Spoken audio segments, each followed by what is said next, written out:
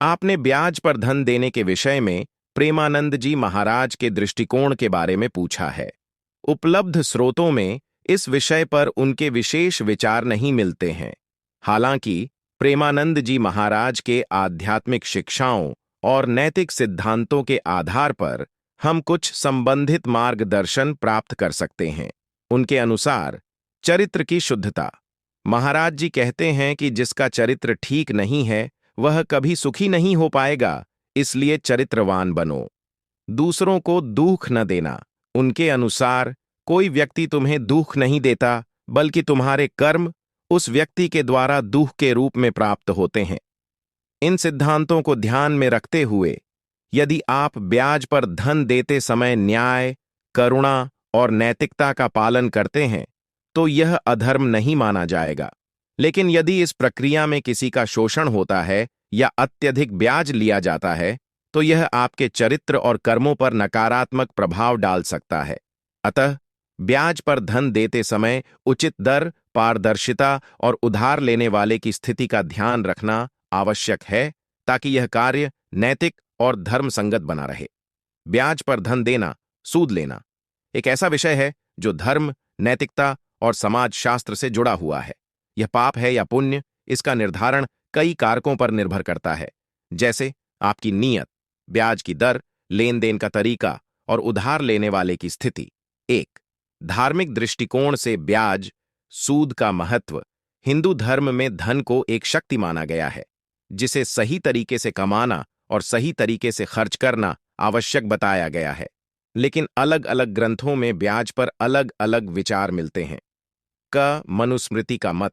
मनुस्मृति में अत्यधिक ब्याज, सूदखोरी को अधर्म बताया गया है। इसमें कहा गया है कि यदि कोई व्यक्ति जरूरतमंद से अत्यधिक ब्याज लेता है तो वह पाप का भागी बनता है। लेकिन यदि कोई उचित दर से धन उधार देकर किसी की सहायता करता है तो इसे अनैतिक नहीं माना गया है। महाभारत और भगवद गीता का दृष्टिकोण। महाभारत में कहा गया है कि व्यापार, धन कमाने और उधार देने में धर्म का पालन करना जरूरी है।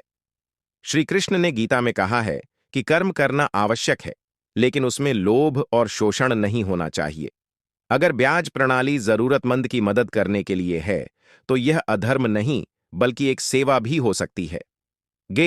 गरुड़ पुराण और अन्य ग्रंथों का मत बताया गया है कि सूदखोरी, अत्यधिक ब्याज से अर्जित धन से पाप बढ़ता है और इसका दंड मृत्यु के बाद नरक में भोगना पड़ता है।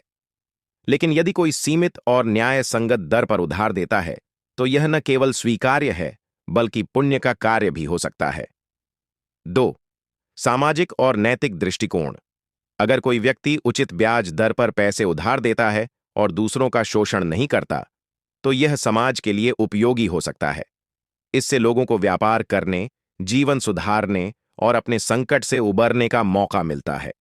लेकिन यदि ब्याज दर बहुत अधिक होती है, जैसे सूदखोरी, तो यह समाज में असमानता, गरीबी और अन्याय को बढ़ा सकती है। यही कारण है कि कई धर्मों में अत्यधिक सूदखोरी को गलत बताया गया है।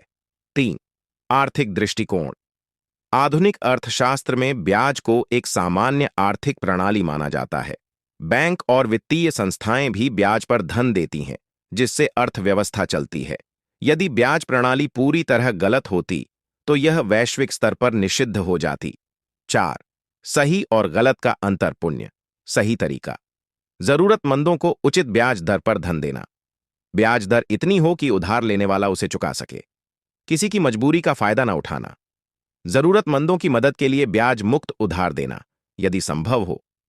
पाप, गलत तरीका। बहुत अधिक ब्याज लेना, सूदखोरी। गरीबों और मजबूरों को फंसाकर उनका शोषण करना। उधार वापस न कर पाने पर जबरदस्ती या हिंसा करना। ब्याज दर को इतना बढ़ा देना कि लोग कर्ज में डूब जाएं। यदि न्याय संगत और नैतिक है तो यह पाप नहीं बल्कि समाज की सेवा भी हो सकता है। लेकिन यदि इसमें किसी का शोषण हो रहा है तो यह निश्चित रूप से अधर्म माना जाएगा। अतः हमेशा धर्म, नैतिकता और करुणा को ध्यान में रखकर ही उधार दें और ब्याज लें।